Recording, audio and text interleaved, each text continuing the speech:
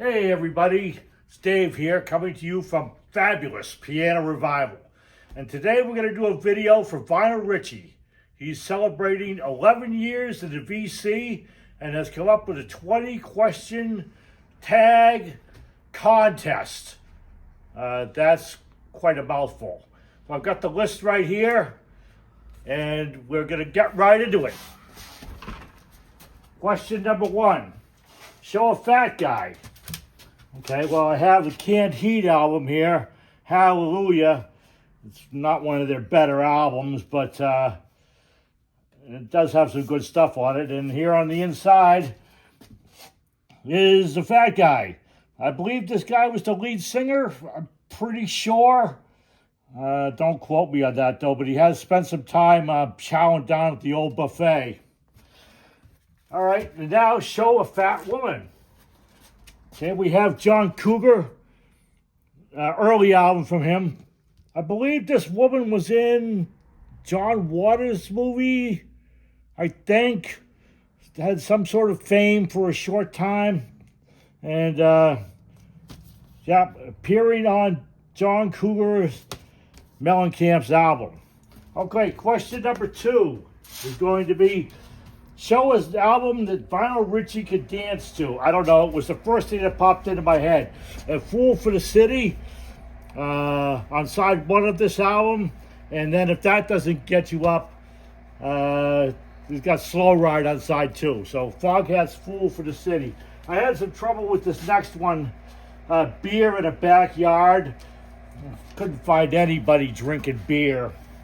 So I'm assuming that on this Liars album, this could possibly be somebody's backyard. I'm not really exactly sure, but I mean, it could be. Maybe it's just a desert, but. And then on the back is their claustrophobic rehearsal space with empty beer bottles here.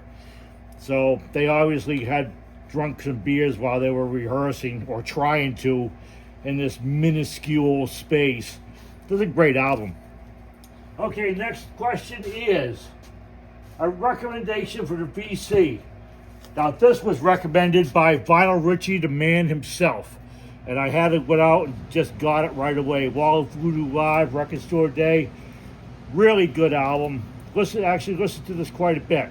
So thank you very much, Mr. Richie, for recommending this album. It was well worth it. Okay, we're going to go over here on the other side of the shop. Kind of people like to see me walk around a little bit here. And going to the other side.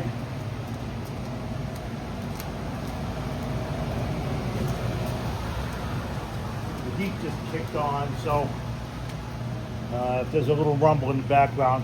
Okay, the next question is going to be, show a band without the lead singer. Well, you have the Safaris. They didn't have a lead singer. This whole album is instrumental. So, a band with no lead singer. The next question is going to be, show an album with a name that you cannot pronounce. I can't pronounce this because I don't even know what it says. It's until the ink runs out.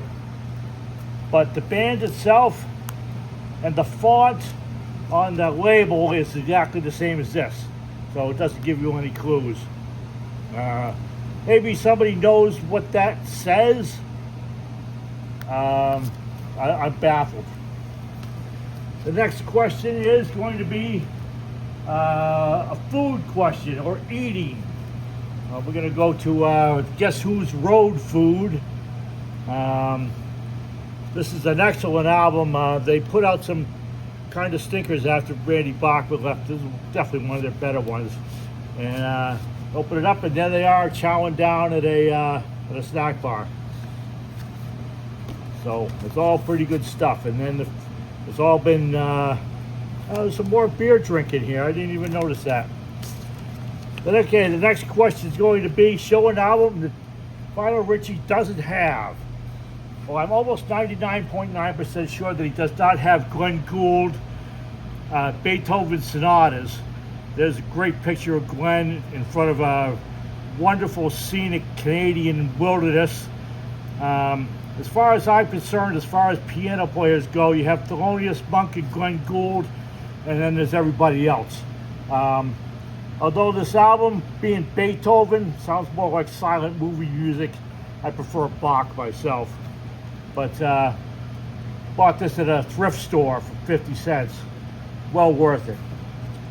Next question, show a female with no shirt on. Okay, well here's Nicolette Larson with a towel. And then on the back you have her in a bathtub with a towel.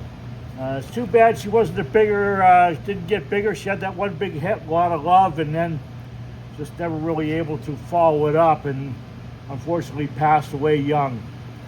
So Nicolette Larson and a towel. Next question is going to be show a man with no shirt on. Well, we have Montrose, and then on the back, there they are. I don't know if you really want to see this or not, but it is what it is. I guess they decided they take a concept and run with it. Okay, come on over here. Next question is show an album and don't say anything about it except for it's fantastic. This is one of my latest acquisitions. It's fantastic. That's all I'm going to say. West Bruce and Lang. Next question, show an album with a hole in it. Well, I got this Taos album. This is their only album. You'd think that this is country rock, and there are 2 or 3 really good country rock songs on here. Most of it's just forgettable sunshine pop. But somehow, I don't know how, they managed to put a hole right in the middle of the album. I've seen the holes up here, the sides cut, all kinds of other stuff. The only album I've ever seen with a hole that goes right through the whole album. And there is the hole. How they did that, I have no idea. I mean, there's a booklet in here and everything else. So, beyond me. It's the only one I've ever seen like that. The only other thing I'll mention about this album real quick is the bass player on this is really good. I mean, he's a lot better than average. This guy here. I hope he went on to play with some other groups. Okay, so that's got a hole in it. Okay, the next question is going to be show an album with an attractive woman on it. I'm going to go obscure with Dana Valerie. You may ask me, who the heck is Dana Valerie? And I would answer, I have no idea. But what I do know is this album was produced by Leslie West. Corky Lang also plays on it. There's absolutely nothing heavy about this album at all. It's very loungy. I don't know, she's an okay singer. She's not great. I'm not sure exactly how Leslie West got roped into this project. Maybe he just wanted to try a new direction in 1975. But anyway, the other comment I got about this album is maybe she ought to think about switching to decaf. Okay, the next question is going to be show a party record. And got the Tramps. 10 minutes and 54 seconds of Disco Inferno would get a dead man up to... Look at these guys. I mean, they're seriously going to kick your butt. So that's a great party album. Okay, now we're going to come around the other side here. I'm going to open a sealed record.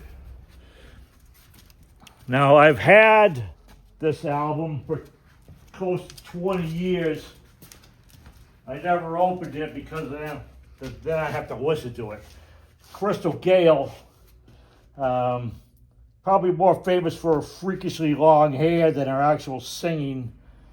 It was at a tag sale at one point. Probably nobody bought it, and that's why it got thrown out at the dump. But you can see by the cover that they get around. So, without further ado, we'll open it up. The almost 50-year-old sealed album. Let's open this right up here. and take out the inner, and it's the MCA, I guess. There's all the other albums you could have bought. This is from 1978. Yep, United Artists. Crystal Gale. Opened at last. Almost 50 years sealed. Well, now I gotta play the thing. All right, I'm gonna head around this way, maybe go around that way, and we'll finish up these questions real quick.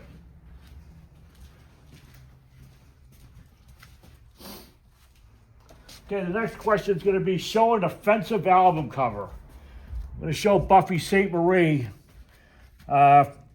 She built her entire persona around the fact that she was a full-blooded American Indian born in Maine. Well, it turns out that she was actually born in Massachusetts with mostly French heritage. So she's not an Indian, was never an Indian. She sure as hell looks like one, but she's not. So, I mean, I find that offensive. The whole thing was a fraud. Complete fraud. Even the Canadian government gave her an award that they took away later. So why do I have this thing? Well, I bought it at a thrift store for 50 cents. I think I paid too much. Okay, next question is show some guys without a shirt on. Boy, there's a lot of guys with no shirts on questions on this tag. Well, anyway, you got Steppenwolf. They're all standing around there with no shirts on.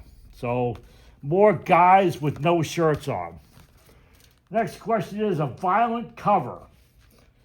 All right, well, we're going to go with Steppenwolf again. Open up the gatefold here. And here they are, ready to attack each other. John Kay is over here, but he's not over here, so we didn't want to get pictured twice, I guess. But it's Steppenwolf versus Steppenwolf.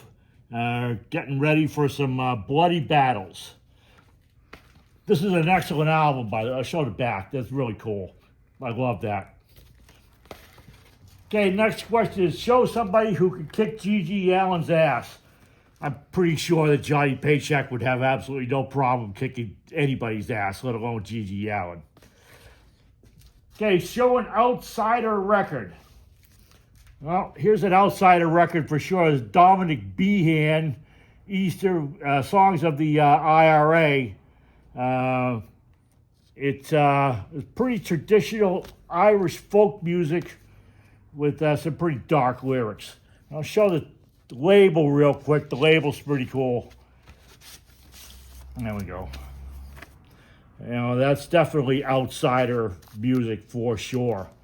And then the last question is going to be show an album from when you were 11 years old. And I was 11 years old in 1966, which is the year that this Tom Rush album came out. I got 2 or 3 Tom Rush albums. I actually like his kind of laid-back style. This is the first album that he actually went electric on. It's really good.